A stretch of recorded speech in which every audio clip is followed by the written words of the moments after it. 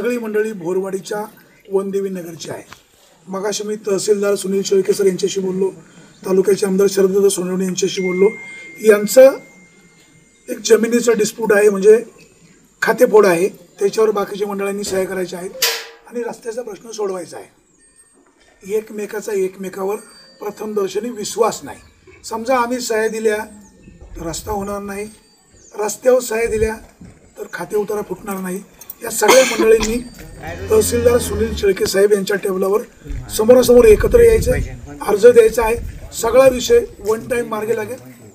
पंचायतीकर रस्त्यावर मुरुम टाकायला पैसे नसतील तर ही सगळी मंडळी 5-5 हजार रुपये वर्गणी काढणार आहे। सुरेश वाणी त्याच्यामध्ये 5,000 रुपये टाकणार आहे। हे 5,000 रुपये मला काही कुठलं वेगळा उत्पन्नाचा स्रोत नाही, प्रत्येकाकडनं 100-100 रुपये घेणार, त्याचे 5,000 रुपये करणार आणि या रस्त्यासाठी मदत करणार। या सगळ्यांना विनंती आहे, मागे जाऊ नका। आता पुढे आपल्याला रस्त्याचा प्रश्न सोडवायचा आहे। गेले 50 वर्ष रस्त्याचा प्रश्न सुटला नाही, ते जुन्नरचे तहसीलदार सुनील शेळके साहेब हा प्रश्न सोडवतील याची 100% खात्री आहे। माझी तुम्हाला विनंती आहे, तुम्ही पण मागे जाऊ नका आणि तुम्हाला डबल नंबर विनंती आहे, तुम्ही आता मागे चर्चा करू नका। सगळ्यांना मान्य मान्य काही मान्य आहे का? मला ऐकायला कमी आहे, तोंडाने बोला।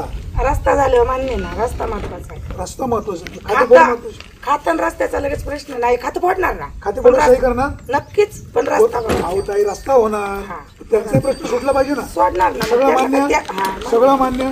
आता मागे भांडायचं नाही, सगळं मान्य नाही, भांडणं नाही, फक्त रस्ता भांडणं 1 मिनिटाचं नाही। रस्ता हा पार्ट वेगळा आहे, खाते पण महत्वाचे पण नाही का? आहे ना महत्वाचं। आम्ही आम्हाला कळत आमच्या खात्यावरची त्यांची नावं कमी होणारच आहेत ना, पण तरी आम्ही कळकळीनं काम नाही, तुम्ही चुकीचं बोलताय का? खातेफोड हा कायदेशीर प्रक्रिया, रस्ता हा सामंजस्याचा मार्ग आहे। ते रस्ता द्यायला तयार आहेत, तुम्ही सह्या करायला तयार आहेत, वाद मिटला नक्की, तुमच्या कोणाचा दबाव नाही। माझ्या मनाचा दबाव। धन्यवाद।